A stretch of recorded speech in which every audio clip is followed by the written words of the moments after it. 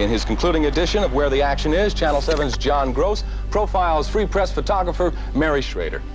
Mary is in a profession not only dominated by men, but for now it's almost exclusive to men.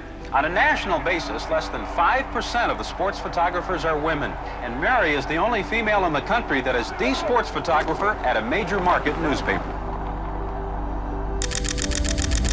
And there it goes!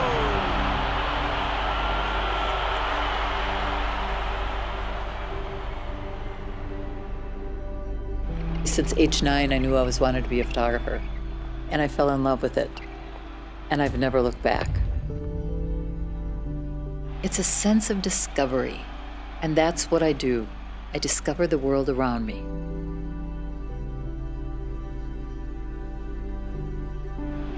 I have the front row to history, and I want to show you what I saw and show it in my way.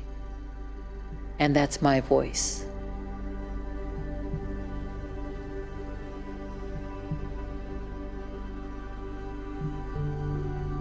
I have multiple sclerosis, and because the disease is progressive, I retired because my body said, "You're not going to work anymore." The career went by in the blink of an eye, and it was just so much fun. You get 1/1000th of a chance. That's it. 1/1000th of a second. No more, no less.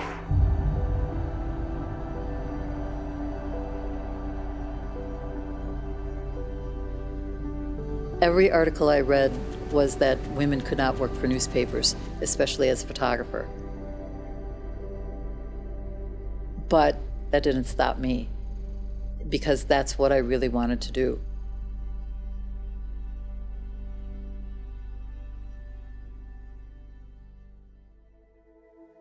I got the internship here at the Detroit Free Press. Mind you, I'm 21 years old, and Tony Spina said, "Go to the airport and photograph Mother Teresa as she's arriving to open a new convent." And I get a picture of her and her 3 nuns that are with her as they're kneeling in their new space praying. And when you're processing film, you have to turn it every 30 seconds. And if you turn it too much, the whites get blown out, and if you don't turn it enough, you get black splotches. And I'm like so deathly afraid of doing either one, but somehow I managed to get the film out, and that was fascinating for me.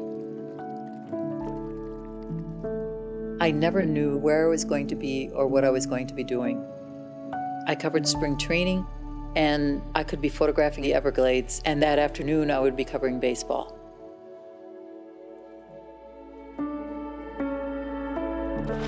We had a firebombing at a high-rise in downtown Detroit, and there was nothing but smoke and fire.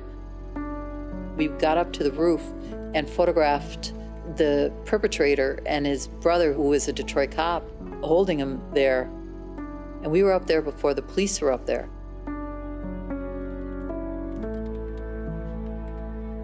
It doesn't matter where I walk into, be it a rally for the Ku Klux Klan or a rally for abortion, I have to be very objective, and I know what I can photograph and what I can't, what will work for a newspaper. And it's always emotion.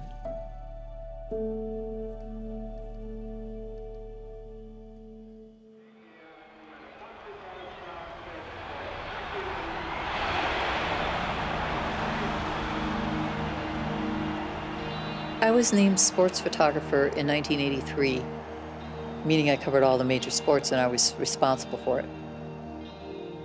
In 1984, I covered the Detroit Tigers.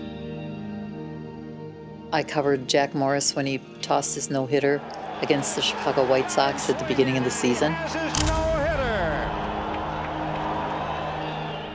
And when they went on to win the World Series, I photographed one of the most iconic images in Michigan history. There were photographers next to me who were clapping instead of shooting, and none of the men got it. And I'm very proud of the image. The Detroit Lions had a policy of not allowing women in the locker room. So in 1985, the Free Press had a lawsuit on my behalf to say to the Lions, you must allow women into the locker room. The court ruled you have to have equal access. People don't expect a woman, and I just come in from a different perspective. Usually in the course of a shoot, I would try to do stuff different. So Bo Schembechler is going to go after his 200th victory, and he's just standing there, and I'm shooting at a 15th of a second. Since he's not moving, he's solid, but then his players are in motion behind. Whatever I wanted to do, the paper never said no. It's just my imagination going wild.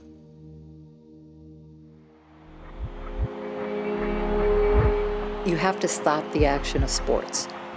So it's 500th of a second or above.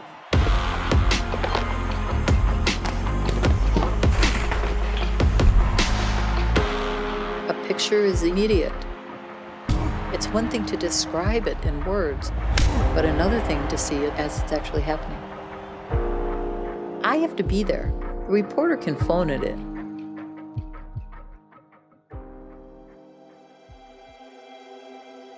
In 2000, I was diagnosed with multiple sclerosis, and I have the kind where I gradually go downhill. So I started transitioning to be inside as a picture editor, and I would make sure that the pictures were appropriate for each story. My multiple sclerosis dictates what I'm going to be doing, but my personality, that didn't stop me. So from October 2014 to January 2017, I shot pictures out of my window every day. And it's a cool set of photographs. The day I take the perfect picture is the day I die. It's just photographing people and a slice of life that's just so much fun.